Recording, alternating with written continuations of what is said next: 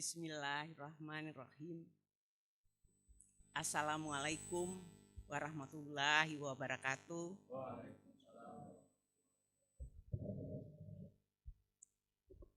Selamat pagi, salam sejahtera bagi kita semua. Alhamdulillah, puji dan syukur kita panjatkan kehadirat Allah Subhanahu wa Ta'ala. Karena pada pagi yang berbahagia ini kita berkumpul di sini dalam acara yang mudah-mudahan akan menjadi sumbangsih bagi kita semua, terutama dari LBH Gema Keadilan. Dengan bangganya saya bisa hadir di sini atas permintaan Ananda Anton selaku Direktur Eksekutif. Permintaannya mendadak, saya cuma diberi waktu 1 hari. Tapi karena saya ingat bahwa Ananda Anton ini pada saat saya mengajar selalu saya katakan tiap hari itu harus berbuat kebaikan. Niatkan dalam diri bahwa hari ini, besok dan seterusnya akan membuat suatu kebaikan. Insya Allah kita selamat. Ya. Rupanya itu yang diingat oleh Ananda ini. Maka saya selaku dosennya yang membimbing beliau, ternyata beliau mengikuti apa yang telah saya sampaikan. Dan saya berbangga. Terima kasih Anton. Mudah-mudahan Pak Anton sukses untuk masa-masa yang akan datang. Kenapa saya terima permintaan dari Pak Anton ini? Di samping tadi sudah saya sampaikan, saya juga merasakan bahwa sebagai hakim yang berpengalaman lebih dari 30 tahun, ya, ini akan bisa sharing dengan bapak-bapak dan ibu-ibu semua. Selamat datang yang saya hormati dan saya banggakan Bapak Nasir Jamil. Ya, bisa kita diskusi. Bangga saya melihat namanya Pak Nasir Jamil. Oh, baiklah kita akan berdiskusi. Menyampaikan apa kira-kira yang bisa disumbangkan oleh para peserta dan lembaga ini untuk kebaikan kita bersama.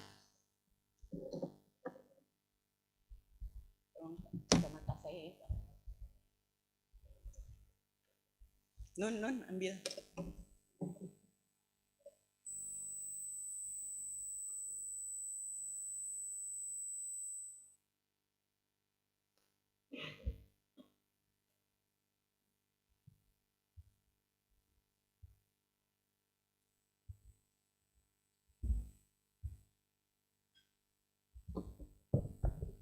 Jadi saya lanjutkan. Dalam RUU KUHP ini ingin saya sampaikan bahwa dalam praktek peradilan, ya, banyak perbedaan pendapat tidak hanya berkaitan dengan hukum materialnya, tetapi juga dengan hukum acaranya. Ya. Perbedaan pendapat tersebut tidak dapat dihindarkan karena undang-undang dan mengadopsi konvensi-konvensi internasional itu tidak memuat secara utuh dan lengkap serta sempurna. Sehingga menimbulkan berbagai penafsiran dari para hakim dan menyebabkan putusan-putusan pengadilan itu beragam sesuai dengan dari mana mereka menafsirkan. Jadi itu tergantung juga dari penafsiran para hakim. Karena apa? Karena undang-undang tidak jelas dan tidak lengkap. Jadi banyak sekali di mana DPR, mohon maaf Pak, yang terhormat Pak Jamin, bahwa banyaknya DPR mengirim cek kosong kepada Mahkamah Agung. Artinya apa? Melimpahkan kekuasaan legislatif kepada yudikatif, membuat peraturan Mahkamah Agung, SEMA, yaitu untuk mengisi kekosongan hukum. Untuk itulah diskusi ini sangat bermanfaat. Semoga bisa melengkapi dengan niat baik dan tulus. Dan mudah-mudahan akan menjadi amal yang baik bagi para peserta dan kita yang hadir di sini semua.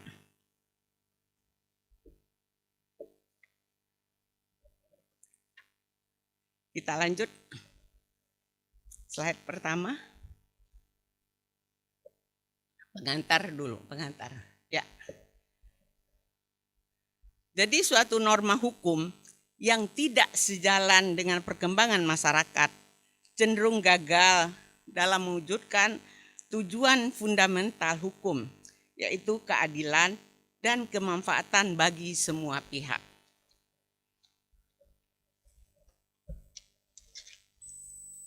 Dalam kerangka pemikiran, Law as a Tool of Social Engineering oleh Ruth Coupon dikatakan bahwa hukum seharusnya berperan sebagai instrumen pendorong perubahan sosial menuju kondisi masyarakat yang lebih baik. Fungsi hukum dalam masyarakat demokratif dijalankan dengan mempertimbangkan keseimbangan antara kebutuhan stabilitas dan kepastian hukum dengan dinamika hukum sebagai sarana transformasi sosial. Oleh karena itu, pembaruan RUU KUHP harus dirancang secara sistematis dan terarah agar tujuan reformasi KUHP dapat tercapai secara optimal. Jadi kalau kita mengacu kepada mazhab atau pendapat dari almarhum Profesor Mokhtar Kusuma Atmaja bahwa hukum itu sebagai sarana pembaruan. Jadi dari masyarakat yang tidak tertib menjadi tertib. Itulah gunanya hukum sebagai sarana pembaruan masyarakat. Misalnya kita buat undang-undang lalu lintas. Dari yang tidak tertib menjadi lalu lintas menjadi tertib. Itulah gunanya hukum sebagai sarana pembaruan dari masyarakat sebagaimana di dalam rangka pemikiran dari Mokhtar Kusuma Atmaja. Kemudian menurut Friedman dikatakan perubahan hukum itu dapat terjadi melalui 3 unsur utama, yaitu struktur hukum, substansi hukum, kultur hukum. Ya, jadi ada 3 dan ini saling kait-mengkait. Kalau struktur hukum yaitu aturan-aturannya, sedangkan substansi hukum itu orang-orangnya, dan kultur hukum itu adalah budaya masyarakat untuk bisa menerimanya. Sehingga saya mengharapkan bahwa RUU KUHP ini akan diterima untuk 3 unsur ini. Artinya masyarakat menerimanya. Tidak terjadi demo-demo terhadap aturan-aturan yang dibuat oleh pemerintah dan DPR.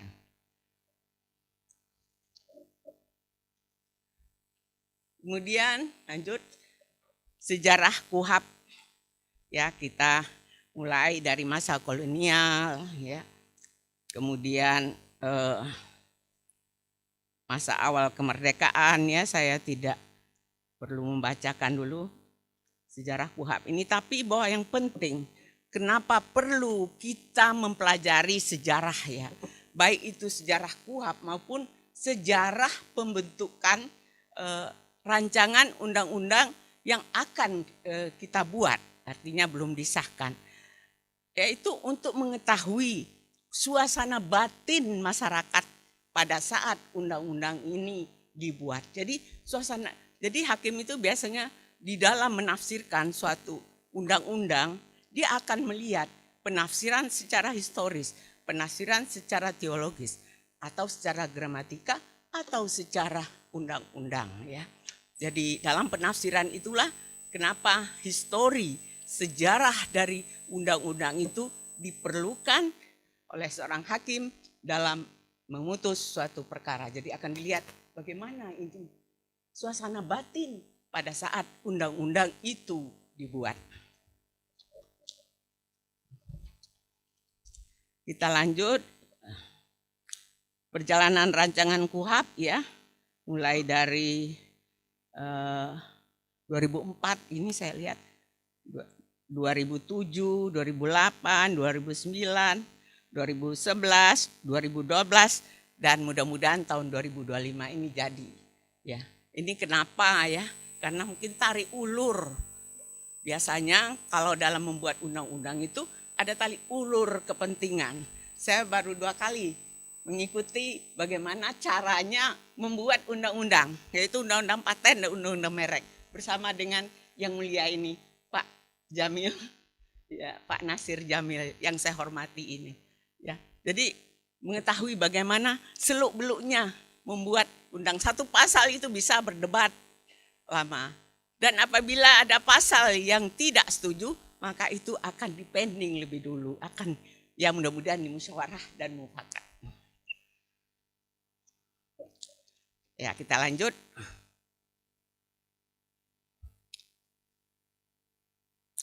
Hukum acara memegang peranan penting dalam proses peradilan. Hukum acara adalah senjata utama dari peradilan. Bila kita umpamakan hukum acara peradilan seperti rel kereta yang menentukan arah laju kereta. Jadi bagi para hakim itu hukum acara itu dipegang. Ibarat kereta kita harus melewati rel-rel yang telah ditentukan. Karena kalau tidak kereta itu akan terguling. Jadi hukum acara sangat penting dalam proses peradilan. Jadi ibaratnya seseorang akan dijatuhi hukuman mati. Tidak bisa langsung ditembak saja. Ya, tidak bisa. Harus ada aturan-aturan. Harus ada pembelaan diri dari yang bersangkutan. Nah, hal-hal itu diatur dalam hukum acara. Kemudian ada beberapa definisi dari hukum acara menurut Van Bemmelen ya. Saya lewati aja definisi ini. Menurut Yahya Harahap ya, definisi hukum acara pidana yaitu pada pokoknya hukum acara ini akan mempertahankan atau menjalankan hukum materialnya ya. Jadi hukum acara menjalankan hukum acara itu hukum formal, hukum materialnya itu undang-undangnya, dan hukum formalnya hukum acaranya. Jadi dia harus hukum material itu hukum formalnya harus menjalankan apa yang diatur dan tidak bertentangan dengan hukum materialnya.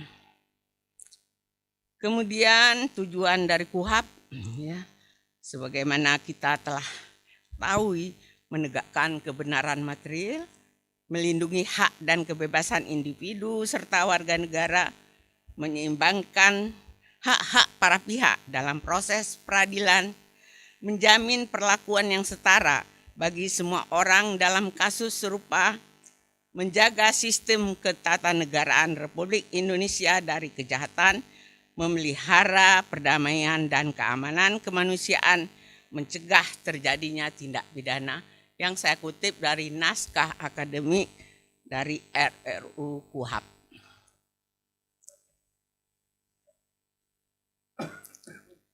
Alasan KUHP perlu diperbarui antara lain perjalanan KUHP yang sudah lebih dari 1/4 abad dan selama itu terjadi kemajuan teknologi terutama di bidang komunikasi, transportasi yang membawa akibat di bidang sosial, bidang ekonomi, hukum termasuk hukum pidana.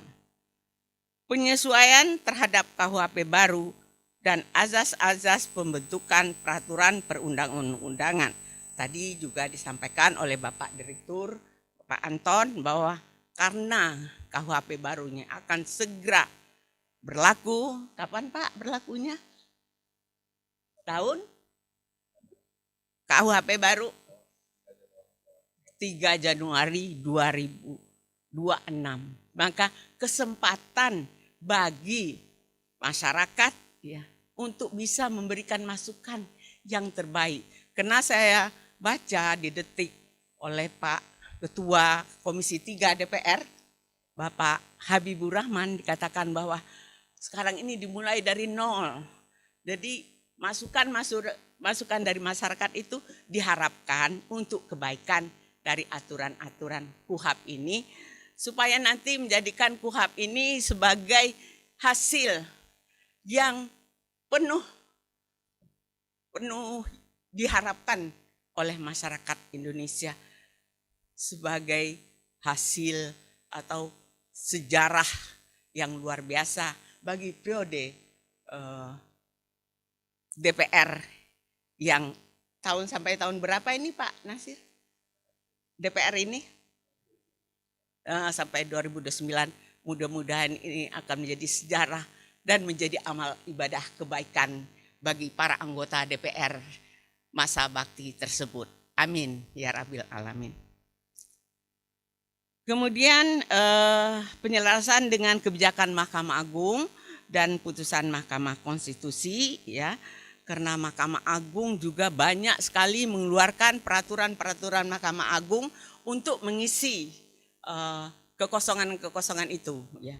Antara lain apa-apa yang dibuat oleh peraturan Mahkamah Agung nanti bisa disampaikan, karena waktu tidak ada, nanti saya sampaikan nanti secara tertulis apa-apa yang telah menjadi kesepakatan dari Ketua Kamar yang menyangkut hukum acara ya.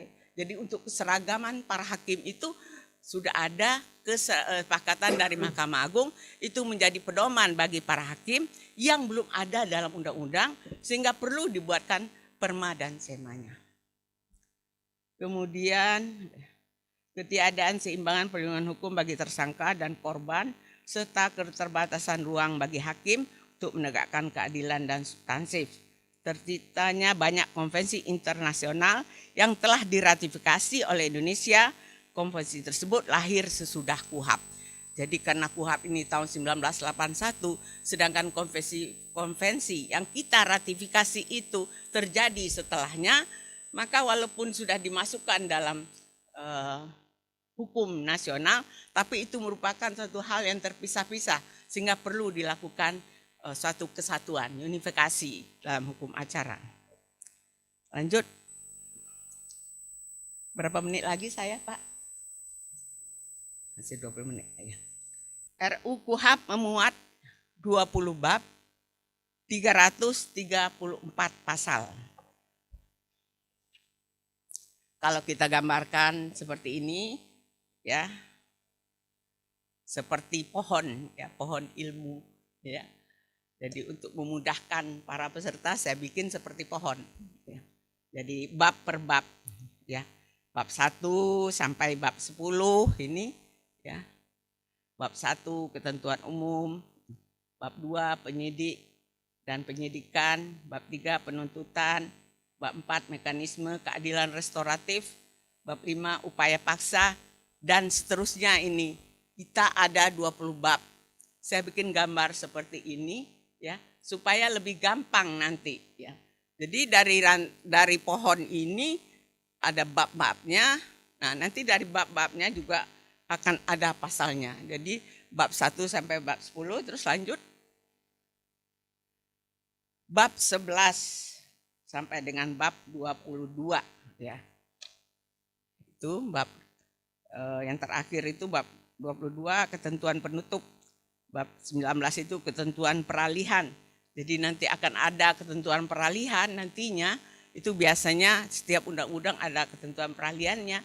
Bagaimana nanti kalau peristiwa itu terjadi sebelum sebelum perubahan ini. Jadi akan berlaku azas-azas hukum nantinya dalam ketentuan peralihan, itu diatur di dalam bab 19. Jadi kalau ada pertanyaan ini bagaimana peristiwanya terjadi sebelum KUHP atau sebelum KUHP, itu akan berlaku azas, ya. Azas apa itu Pak Anton? Azas, ada 3 azas, ya, nanti dihafalkan. Kemudian dalam bab 1 ya, itu ketentuan umum ya, pasal 1 sampai 5 ya. Jadi kita urutkan ya supaya lebih gampang pasal-pasal mana nanti ya. Juga di sini hadir para akademisi ya, Pak. Ini Pak yang mulia Pak Jamil, para akademisi yang nanti akan bisa sharing ya, berdiskusi kita nanti. Tulis bagian ke-1 ya, tentang penyidikan itu, tentang ketentuan umum pasal 1 sampai pasal 5 yaitu. Kemudian bagian penyidikan ya, bagian penuntutan, mekanisme keadilan restoratif, dan upaya paksa ya, itu bisa diinikan. Antara lain bagian kedua, penyelesaian perkara di luar pengadilan dan tingkat penyelidikan dan penyidikan. Ini bisa kita lihat dari skema ini ya, bab pasal-pasal dan bagian dari penyidikan dan penuntutan. Kita lanjut ya, ini semuanya saya sudah bikinkan skema untuk lebih mudah bagi para peserta nantinya ya, untuk bisa mempelajari di pasal mana, di bab berapa, itu yang kurang tepat ya nantinya. Karena di sini ada pembicara ya, ada pembicara nanti yang mulia Pak Nasir Jamil yang memang menguasai, karena udah berapa kali periode ya saya mengenal beliau ini, udah 3 kali atau 4 kali ya? 5 ya, alhamdulillah, mudah-mudahan panjang umur ya. Panjang umur, selamat dunia dan akhirat, kan itu yang kita harapkan, karena beliau merupakan yang ya dengan based on-nya yang agama ya, dan keadilan menggema di dalam diri beliau, kita harapkan. Kemudian juga di bab 10 bagian 1 pra-peradilan juga nanti juga akan merupakan satu hal yang perlu didiskusikan ya. Kemudian juga ganti kerugian ya. Ketiga, restitusi ya, jadi restitusi ini juga perlu dipertimbangkan ya. Karena dalam praktek peradilan restitusi ini yang dibayar itu misalnya korban perkosaan, yang dibayar itu adalah negara, padahal korban perkosaan itu ya beda ya di kita itu dalam prakteknya ya. Pernah terjadi waktu itu ketika saya menjadi ketua pengadilan tinggi di Jawa Barat, itu ada kasus dari Cibadak itu. Ya, itu kasusnya di mana anak-anak gadis itu dijanjikan pekerjaan untuk menjadi pelayan restoran, tiba-tiba sudah dibawa ke Irian dan di sana dilakukan tindak kekerasan ya. Terus dia lakukan tindak kekerasan, 4 orang masih remaja ya, semua rusak ya semuanya. Kemudian kebetulan ada di antara pelanggan itu yang baik hati, kan si anak ini menangis ya.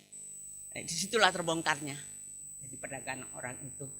Tapi sayang dalam putusannya itu restitusi itu tidak dikabulkan. Dikabulkan 10 juta ya, padahal perawannya hilang sudah. Dan yang lain itu diberikan kepada negara restitusinya. Kemudian ini bab-babnya. Saya akan langsung kepada bagian peradilan ya, karena bagian yang lain HAM itu ada Pak Ashar ya, Pak Haris Ashar, kemudian Pak Dr. Muhammad Nasir, nanti bagian perundang-undangannya yang bisa secara panjang dan lebar ya.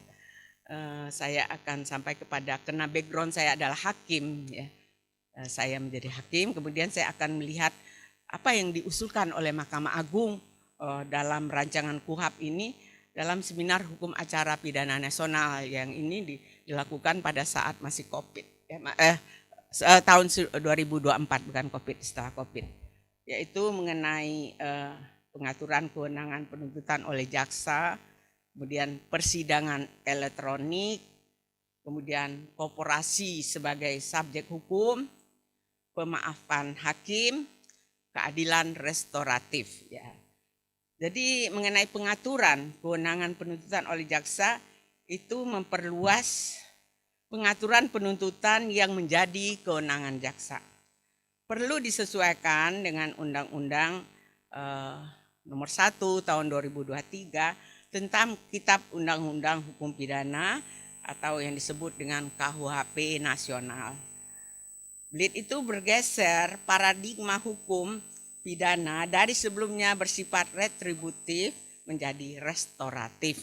Jadi kalau sebelumnya itu dalam KUHP kita adalah berdasarkan teori keadilan, yaitu teori pembalasan. Ya.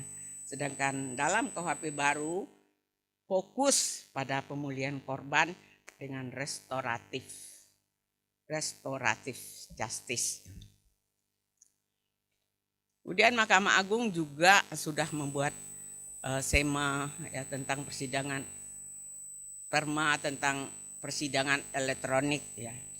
Karena KUHP belum mengatur sidang secara daring, Mahkamah Agung menerbitkan Perma nomor 4 tahun 2028 yang kemudian diperbaharui dengan Perma 8 tahun 2022. Pemanfaatan teknologi dalam sidang perlu diatur dalam RUU KUHP dengan tetap menjaga azas peradilan cepat, sederhana, dan biaya ringan. Dan Mahkamah Agung menyadari sidang daring bisa disalahgunakan untuk mengulur waktu hingga masa tahanan terdakwa habis sebelum perkara selesai. Dan ada kelemahannya, itu sarana implementasi litigasi belum sepenuhnya matang, kemudian perlu diatur kalau saat pemeriksaan saksi itu bagaimana kalau secara daring ya. Karena dalam KUHP itu antara satu saksi dengan saksi lain, kalau KUHP dulu itu tidak boleh saling mendengar. Tapi kalau sidangnya secara live kemudian dengar oleh semua orang, dan itu bagaimana nanti akan kita usulkan atau kita bahas secara bersama-sama. Ya. Kita sarana juga masih kurang ya, di pengadilan itu juga ya lemot ya itunya, ya itu juga permasalahan itu di daerah-daerah itu. Jadi pernah waktu itu dalam aturan penangguhan sementara itu diperlukan kecepatan antara bea cukai dan pengadilan ya untuk menerbitkan suatu penangguhan sementara di bidang pembajakan dan pemalsuan suatu barang yang akan masuk di pelabuhan di Indonesia. Tapi Mahkamah Agung menyatakan sarana untuk daerah-daerah di pengadilan di daerah itu belum siap ya, kita nggak punya sarananya itu. Dimohon juga perhatian Bapak yang mulia Pak DPR untuk bisa bagaimana aturan ada bisa dilaksanakan ya. Karena kami dulu waktu saya Ketua Pengadilan Negeri Bandung itu kita dikasih oleh pihak dana moneter ya, pokoknya dari pihak luar dikasih komputer ya, tapi tidak dikasih untuk pemeliharaan dan knowledge dari para petugasnya. Akibatnya apa? Yang dikasih itu komputernya jadi barang rongsokan. Jadi itu harus juga transfer teknologinya itu harus diberikan. Selamat datang Pak Azhar.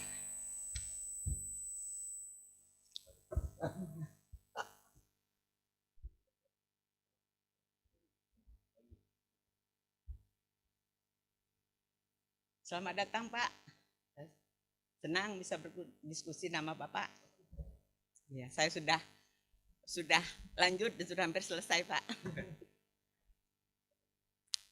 Kemudian korporasi sebagai subjek hukum ya. Dalam pasal 143 KUHP hanya mengatur identitas terdakwa. Jadi identitas sebagai korporasi itu belum diatur ya. Diperlukan pembaruan hukum acara pidana korporasi dalam rancangan Kitab Undang-Undang Hukum Acara Pidana yang baru ya. Jadi juga kalau tindak pidana korupsi sudah ada juga aturannya untuk korporasi ya.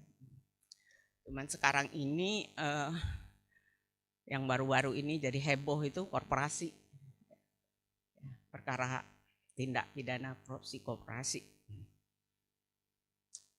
Kemudian pemaafan hakim ya, dalam penjelasan pasal 54 ya. Ketentuan ini dikenal dengan azas rechtlich pardon atau judicial pardon yang memberi kewenangan kepada hakim untuk memberi maaf pada seseorang yang bersalah melakukan tindak pidana yang bersifat ringan. Jadi pemberian maaf ini dicantumkan dalam putusan hakim yang tetap harus dinyatakan bahwa terdakwa terbukti melakukan tindak pidana yang didakwakan. Jadi judicial pardon itu kewenangan bagi hakim dalam menjatuhkan putusan. Kalau selama ini juga ada ini, tapi barangkali belum secara jelas ya, karena harus dicantumkan ya pemaafan keluarga kalau dia bersalah. Jadi selama ini hal-hal yang meringankan dan hal-hal memberatkan, cuman biasanya secara sekilas saja ya diberikan pada terdakwa, apakah dia sikap sopan, apakah dia baru pertama kali melakukan, ataukah dia tidak berbelit-belit di muka persidangan, ya itu semuanya merupakan hal-hal yang meringankan. Ataukah apakah dia memberatkan, misalnya dia sudah residivis ya, hukumannya harus ditambah sepertiga. Jadi itu hal-hal pemaafan hakim. Kemudian keadilan restoratif ya. Sekarang itu keadilan restoratif justice namanya, itu dalam rancangan KUHP perlu mengatur secara tegas dan menyeluruh tentang keadilan restoratif justice. Karena saat ini peraturan restoratif justice ini tersebar di beberapa instansi. Pengadilan juga punya SEMA tentang perma tentang restoratif justice, kejaksaan juga punya, polisi juga punya ya tentang ini. Tapi hal-hal yang perlu dipertimbangkan dalam restoratif justice itu difokuskan pada kepentingan korban. Korban harus setuju ya untuk bisa dilakukan restoratif justice. Kemudian pelaku mengakui kesalahannya. Kesepakatan antara korban dan terdakwa serta lingkungannya ya, jadi kuasanya. Kemudian perkaranya itu bukan perkara yang berat, yaitu ada aturannya di dalam perma.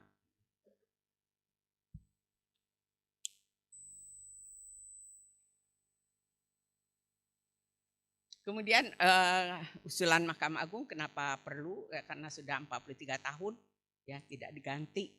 Tapi lumayan ini yang mulia Pak Dr. Muhammad Jamil, sudah 43 tahun lumayan. Dibanding hukum acara perdata.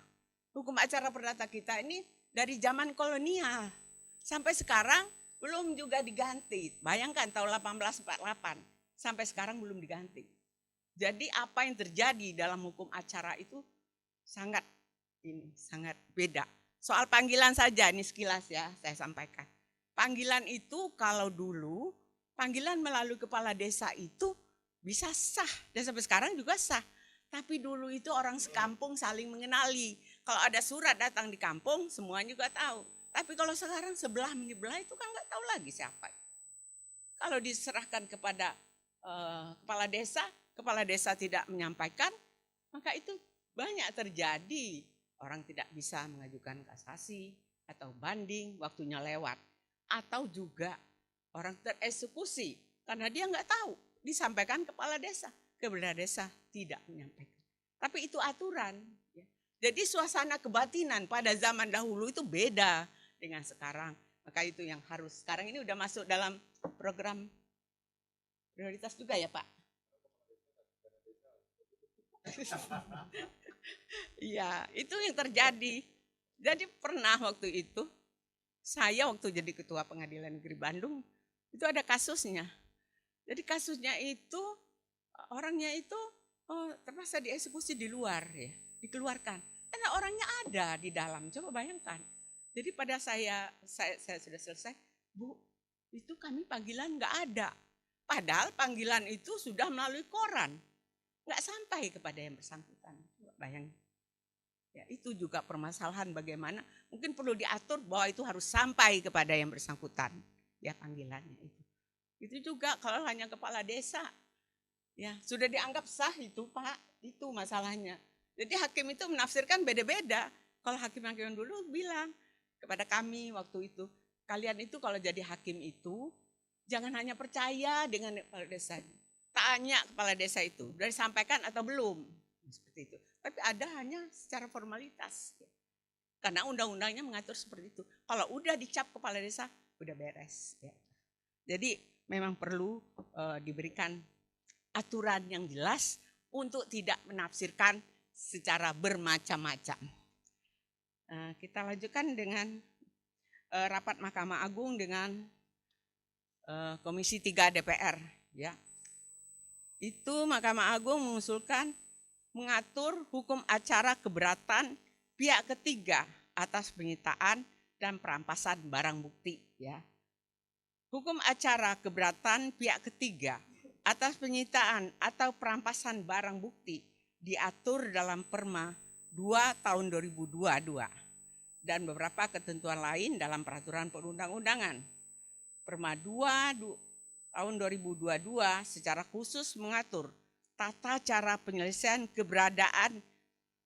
keberatan pihak ketiga yang beritikat baik terhadap putusan perampasan barang bukti bukan kepunyaan terdakwa dan dalam tindak pidana korupsi. Dasar hukumnya sebagai berikut dalam pasal 38, 46, dan 77 KUHP. Mengatur hak pihak ketiga untuk meminta kembali atau mengajukan keberatan atas penyitaan dan perampasan. Jurisprudensi Mahkamah Agung mengakui perlawanan pihak ketiga yang tidak terkait pidana azas perlindungan hak milik melindungi pihak ketiga sah sebagai pemilik dengan yang beritikat baik. Ya, jadi pemilik yang beritikat baik itu dilindungi. Kemudian tahap keberatan pihak ketiga itu tahap penyidikan, penyidik atau pra-peradilan untuk memeriksa sah tidaknya penyitaan, tahap persidangan, mengajukan perlawanan untuk barang buktinya, pasca putusan berkekuatan hukum tetap mengajukan permohonan pengembalian barang bukti ke pengadilan. Jadi mengenai pra-peradilan ini juga ada beberapa macam usulan dari Mahkamah Agung dan ada kesepakatan Mahkamah Agung tentang pra-peradilan ini. Ya. Karena waktunya tidak cukup nanti pada saat diskusi. Jadi perlu pengaturan khusus dalam RUU KUHP, mekanisme keberatan pihak ketiga, tenggat waktu pengajuan dan pengadilan yang berwenang. Nomor 2 RUU KUHP mengatur pembatasan perkara yang diajukan upaya kasasi. Pembatasan ini bertujuan untuk mengatasi beban kerja Mahkamah Agung yang semakin berat akibat banyaknya perkara yang diajukan kasasi. Dengan membatasi jenis perkara yang bisa diajukan kasasi, diharapkan Mahkamah Agung dapat lebih fokus pada penanganan perkara-perkara yang memiliki implikasi hukum yang lebih luas dan strategis. Ya. Masih ada waktu? Udah cukup ya. Baik, saya lanjutkan sedikit. Kemudian yang ketiga, pengaturan tentang penerapan keadilan restoratif justice dan mediasi penal. Bisa dibaca di slide ya. Kemudian perlu pengaturan lebih lanjut mengenai pemanaan sidang terbuka untuk umum terkait batasan menyiarkan persidangan secara live. Kemudian yang kelima, perlu membuat aturan tentang persidangan secara elektronik. Kemudian menghapus pembatasan kewenangan Mahkamah Agung dalam menjatuhkan putusan pemidana sebagaimana diatur dalam pasal 250 ayat 3 RUU KUHP. Yang ketujuh, syarat pembentukan lembaga hakim pemeriksa pendahuluan HPP yang dimandatkan RUU KUHP harus dibenahi, ini usulan Mahkamah Agung. Yang kedelapan, mekanisme peradilan cepat perlu diubah agar diharapkan setelah dakwaan dibacakan dan terdakwa mengakui seluruh perbuatannya.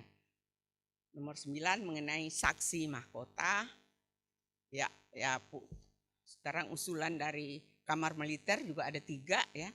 Tidak saya bacakan ya. komitmen Mahkamah Agung yang terakhir saja. Berikan aku, slide-nya terakhir, berikan aku hakim, jaksa, polisi, dan advokat yang baik. Niscaya aku akan berantas kejahatan meskipun tanpa undang-undang sekalipun. Ya, kemudian yang kedua, ini mengenai Pak Sacipto Harjo yang selalu saya sampaikan pada para hakim pada saat saya masih menjadi pimpinan peradilan. Hukum itu penuh dengan kandungan makna-makna. Para hakim yang merupakan warga negara elit karena memperoleh privilege untuk mengisi hukum itu dengan makna-makna. Hukum, undang-undang itu hanya kertas dengan tulisan-tulisan umum dan abstrak. Di tangan para hakimlah ia akan menjadi keadilan hidup. Demikian, terima kasih. Wassalamualaikum warahmatullahi wabarakatuh.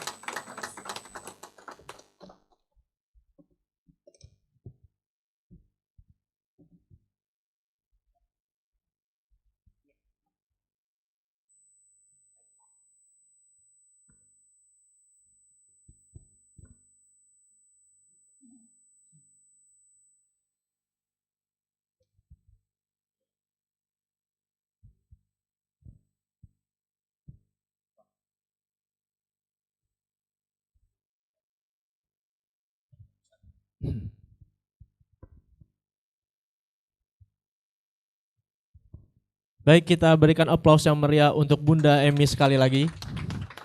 Terima kasih kami ucapkan kepada Ibu Dr. Hajah Marni Emi Mustafa SHMH yang begitu bernas paparannya. Beliau telah mengajak kita untuk melihat RUU KUHP dari perspektif hakim dan institusi peradilan. Bagaimana prinsip keadilan dan perlindungan HAM dapat diwujudkan secara nyata di ruang sidang, bukan hanya tertulis dalam norma hukum. Baik, untuk selanjutnya mari kita dengarkan paparan dari Dr. Haji Muhammad Nasir Jamil MSI untuk menyampaikan pandangannya mengenai bagaimana desain RUU KUHP idealnya mampu menjamin keadilan dan perlindungan mengingat beliau merupakan seorang pemangku kebijakan. Baik, kepada Bapak Jamil, Bapak Nasir Jamil, kami silakan untuk memberikan paparan materinya. Ya.